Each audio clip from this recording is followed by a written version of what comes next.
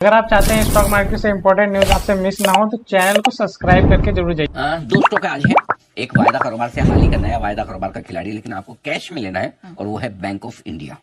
ये सरकारी बैंक 145 और 170 के टारगेट के लिए 12 से 18 महीने के लिए आप निवेश करें। छोटा टाइम ड्यूरेशन है, ज्यादा बड़ा नहीं है। मुझे लगता है 2025 का साल सरकारी बैंकों के लिए काफी बेहतर साबित होगा, और यहाँ पर भी 10 से 15% फॉल पर आप एसआईपी भी कर सकते हैं।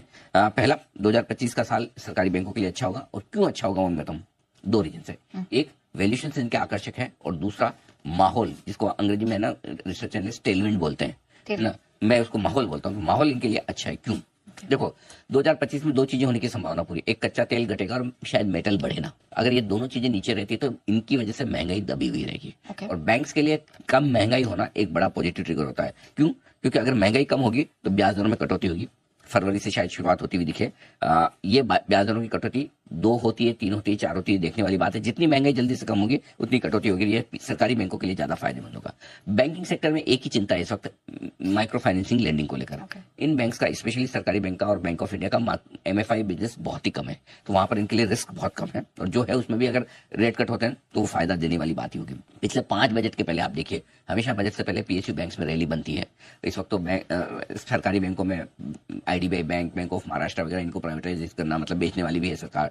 ये बिकेंगे तो आपको अच्छे खासे वैल्यूएशन पे बिकेंगे। और अगर आप वैल्यूएशन देखें इस वक्त सरकारी बैंकों के, स्पेशली बैंक ऑफ इंडिया के, तो बेहद आकर्षक है। बैंक 5.5 के पी मल्टीपल पर है। ये भी मैं करंट अर्निंग पे बोल रहा हूँ, फॉरवर्ड नहीं। 0.67 अपनी बुक वैल्यू से 2/3 पे ट्रेड है। बुक वैल्यू पर भी ट्रेड नहीं कर रहा, उससे नीचे ट्रेड कर रहा है, ठीक है। और 2.5% के आसपास का डिविडेंड डील देता है।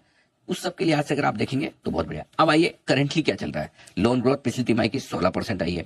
रिकवरी जबरदस्त स्ट्रॉन्गेस्ट 685 करोड़ की रिकवरी की पिछली तिमाही में। डोमेस्टिक लोन ग्रोथ 14 से 16% है। डिपॉजिट ग्रोथ 12-13% है। क्रेडिट कॉस्ट वो बोले कम होंगी, और मार्जिन इनके बॉटम आउट हो चुके हैं। निम्स 3% की तरफ बढ़ सकते हैं, 2.9%। यानी कि यह बैंक पूरा सेट है अच्छी मजबूती के लिए। 100 रुपए का स्टॉक है, आप आराम से डिलीवरी भी ले सकते हैं, अफोर्डेबल है। नहीं तो क्या, बड़े स्टॉक में कितने ही आप बोलो लेते हैं लोग डिलीवरी। सो डिलीवरी लेके शांति से इसको पोर्टफोलियो में रखिए। फ्यूचर्स में ट्रेड न करें, डिलीवरी के लिहाज से निवेश करें। कम से कम साल 1.5 साल के लिए भी बनाए, बढ़िया रिटर्न आपको इतना पक्का है कि जितनी एफडी में ये रिटर्न देते उससे डबल तो दे देगा। अगर आपको कम से कम भी चाहिए तो एफडी से डबल रिटर्न भी मिल